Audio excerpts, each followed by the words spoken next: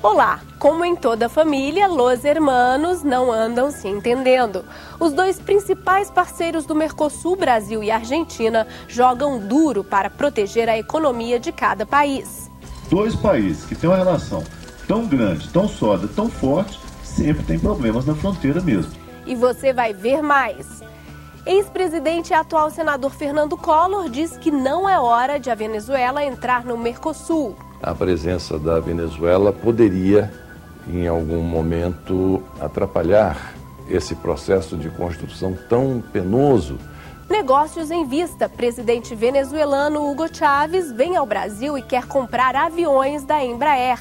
Na conversa privada que nós tivemos, ele disse que iria determinar a aceleração dos estudos sobre isso para que se desse o mais rapidamente possível a compra. Jovens cabeças, o que pensam os futuros diplomatas e especialistas em relações internacionais? O Conselho de Segurança precisa de uma reforma com a entrada de novos países que representem esse grupo de países emergentes. Vizinhança de risco. A tríplice fronteira em Foz do Iguaçu é alvo de ação especial do governo brasileiro para combater o crime organizado. O contrabando, ele está ao longo do reservatório todo hoje, pelo recrudescimento da fiscalização na região de Foz. E no Arte e Diplomacia, a leveza e a disciplina do balé Bolshoi. E você ainda acompanha a análise do filme A Culpa é de Fidel e a música cigana de Taraf de Aidux.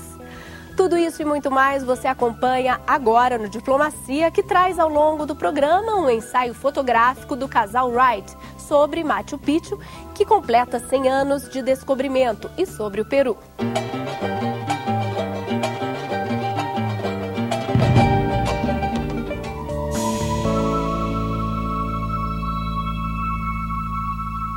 Já começou a funcionar no Ceará a Universidade da Integração da Lusofonia Afro-Brasileira, a Unilab. 180 alunos estão matriculados. A metade é de brasileiros e a outra metade é composta por alunos vindos de países africanos onde se fala português. A Unilab tem o objetivo de promover o intercâmbio cultural na comunidade de países de língua portuguesa, a CPLP. São oferecidos os cursos de administração pública, agronomia, enfermagem, engenharia de energias, ciências da natureza e matemática.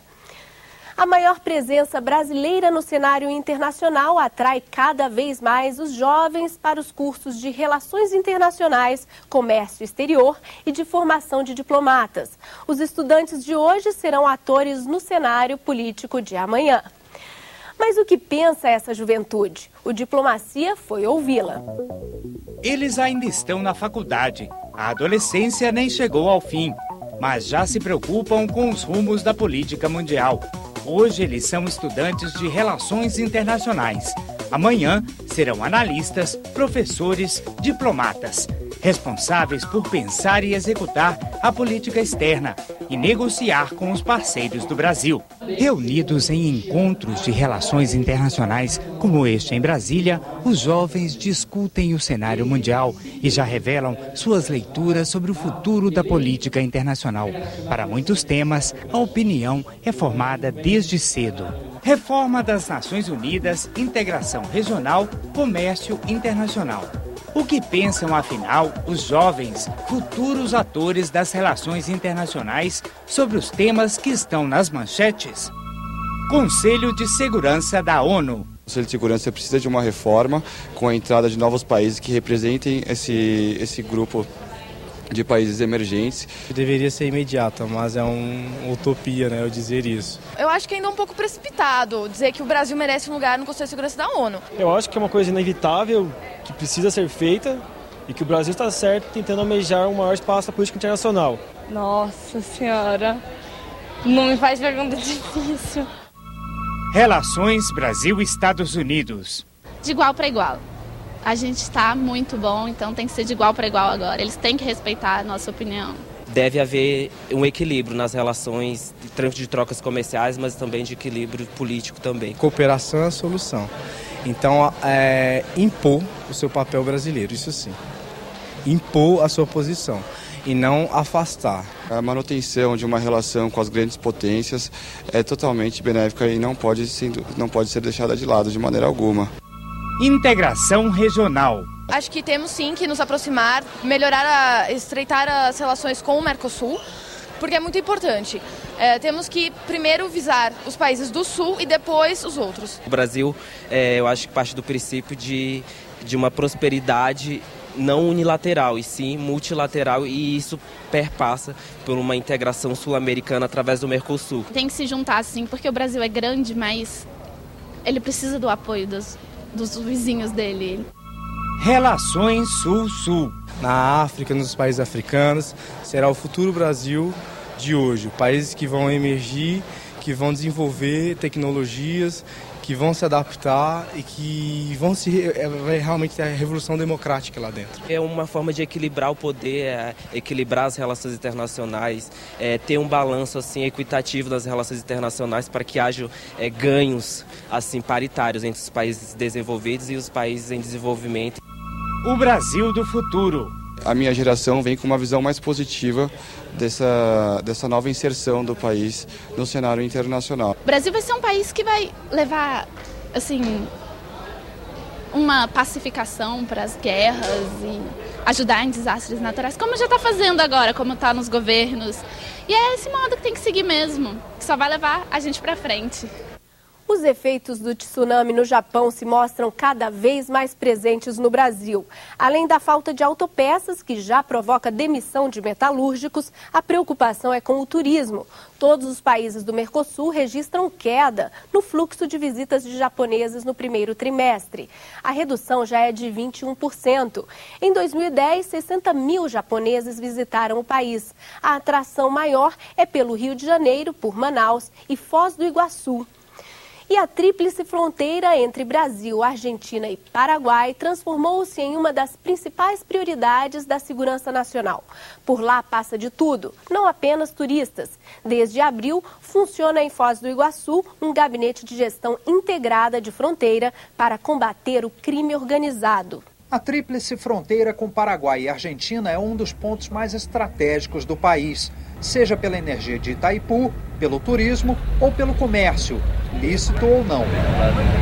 Aquele ali é o marco das 3 fronteiras em território brasileiro, construído pelo Serviço de Inspeções. Na época, por sinal, o inspetor era o general Cândido Rondon. Nós estamos no encontro dos rios Iguaçu e Paraná. Naquele lado, o Paraguai. E do outro lado, a Argentina. A Ponte Internacional da Amizade liga Foz do Iguaçu à Cidade do Leste. É o principal ponto de entrada de produtos que vêm do Paraguai para o Brasil. Nós temos aqui, particularmente em Foz, uma particularidade que não se tem em nenhuma outra fronteira, que é a divisa com Cidade do Leste. O centro financeiro mais importante do Paraguai, é o 2º ou 3º polo comercial com o maior movimento no mundo. Então essa é uma região bastante sensível. O contrabando ele está ao longo do reservatório todo hoje, pelo recrudescimento da fiscalização na região de Foz. Ninguém nos para ou registra nossos documentos na passagem pela alfândega paraguaia. À noite a movimentação não para, só que agora quem age são contrabandistas que atravessam com as mercadorias em pequenos barcos para o lado brasileiro. Desde que a Polícia Federal e outras forças de fronteira começaram a Operação Sentinela, contrabandistas e traficantes começaram a deslocar suas operações para o norte, em direção à cidade de Guaíra. A Sentinela consegue fazer operações diárias de combate ao contrabando, descaminho, tráfico de drogas, evasão de divisa, todos os crimes transnacionais. Em Guaíra, um posto avançado da Polícia Federal fiscaliza os portos clandestinos ao longo do Lago de Itaipu. O desembarque em um desses portos é sempre tenso, porque pode haver atiradores escondidos na mata. Em breve, os policiais vão ganhar a ajuda da tecnologia para controle dessas regiões de fronteira. O Brasil comprou 12 aviões não tripulados conhecidos como Vantes, mas ainda não há previsão de quando as aeronaves vão entrar em funcionamento. As dimensões que nós temos aqui, sem a inteligência e sem a tecnologia, não há como combater a criminalidade. A indefinição também vale para novos investimentos que estão parados em razão do corte no orçamento do Ministério da Justiça neste início de ano. Problema que, segundo este delegado, deve ser normalizado em alguns meses. Está havendo, nesse começo de governo, houve uma uma contenção das despesas, a princípio vamos manter o mesmo orçamento que tínhamos no ano passado. A Europa já anunciou que pretende retirar o Brasil da lista do Sistema Geral de Preferências Tarifárias. A medida pode prejudicar as exportações brasileiras. 12% dos produtos vendidos para a Europa se beneficiam das tarifas reduzidas. A regra pode começar a valer em 2014. O sistema de preferências serve para estimular a entrada de produtos dos países emergentes nos mercados desenvolvidos. A Europa quer retirar o benefício das nações classificadas pelo Banco Mundial como renda alta ou renda média alta. A medida reduz de 171 para 80 o número de países com tratamento diferenciado na zona do euro. No caso do Brasil, as indústrias químicas, têxteis e de máquinas serão as mais prejudicadas. Para os especialistas, a mudança já era esperada. Tanto a União Europeia como os Estados Unidos já têm indicado há algum tempo que a categoria do Brasil, do ponto de vista econômico, do ponto de vista industrial e tecnológico, já não comporta mais a categoria de um país em desenvolvimento e, portanto, estaria fora dos regimes gerais de preferência. Não é uma surpresa, não é uma traição, mas é um novo custo, vamos dizer, para essa derivado dessa emergência brasileira. Nos primeiros 4 meses do ano, de cada 4 dólares obtidos pelas exportações brasileiras, praticamente 1 foi pago pela União Europeia, o equivalente a 16 bilhões de dólares. Desse total, 2 bilhões foram de produtos beneficiados pela redução tarifária. Para fugir do prejuízo, governo e empresários precisam se preparar melhor. O Brasil precisa se ajustar. As empresas brasileiras precisam cortar custos, tem que ser mais eficientes. O Brasil precisa reduzir a sua carga tributária, melhorar a sua infraestrutura e nós vamos continuar vendendo. O governo brasileiro questionou a retirada do Sistema Geral de Preferências. Em nota, o Ministério das Relações Exteriores lembra que a União Europeia manteve as tarifas reduzidas para economias consideradas altamente competitivas. O Itamaraty afirma ainda que os produtos industrializados brasileiros serão os mais penalizados pela medida. Segundo analistas, o espaço deixado pelo Brasil na Europa deve ser ocupado por mercadorias chinesas. As relações entre Brasil, China e outros países emergentes vêm sendo alvo de análise do Senado. 2011 marca os 10 anos dos BRICS, bloco formado por brasileiros, chineses, russos e indianos. As 4 nações somam 42% da população mundial, 15% do PIB e 13% do comércio internacional. Mas afinal, são parceiros ou concorrentes? Ao mesmo tempo, eles são oportunidades e são concorrentes, porque eles têm, esses países tendem a ter um perfil econômico próximo ao brasileiro e o mais distante dos países desenvolvidos. E, nesse sentido, eles são concorrentes também. A China é um parceiro crucial e, sem a China, o Brasil teria entrado numa crise muito grave nos últimos anos. Ou seja, não faz nenhum sentido diabolizar assim, a China, descrever ela apenas como ameaça. Eu advogo claramente contra a ideia de tentar taxar esses países ou como grande diabo ou como grande salvação. Eu acho que nem dos dois. Ele está exatamente numa combinação dessas duas possibilidades. É preciso também mostrar à China que o Brasil tem certas demandas e o Brasil não pode aceitar todas as regras que a China impõe. A China desbancou os Estados Unidos e é hoje o nosso principal parceiro comercial. Dos 71 bilhões de dólares que o Brasil exportou até abril deste ano, 11 bilhões foram para os chineses. Os outros parceiros dos BRICS compram bem menos.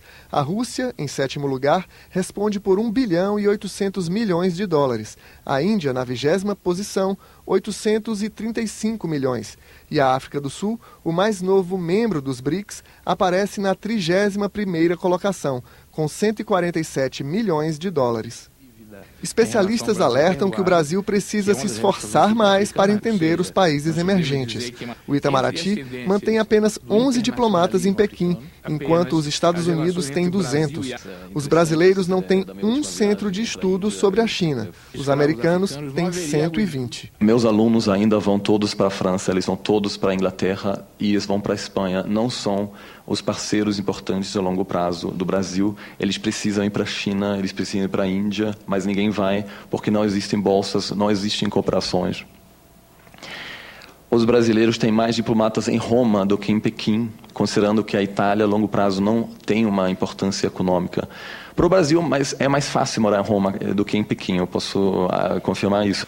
A seguir, comércio exterior brasileiro enfrenta turbulências com a Argentina. A gente volta em 1 minuto com os detalhes.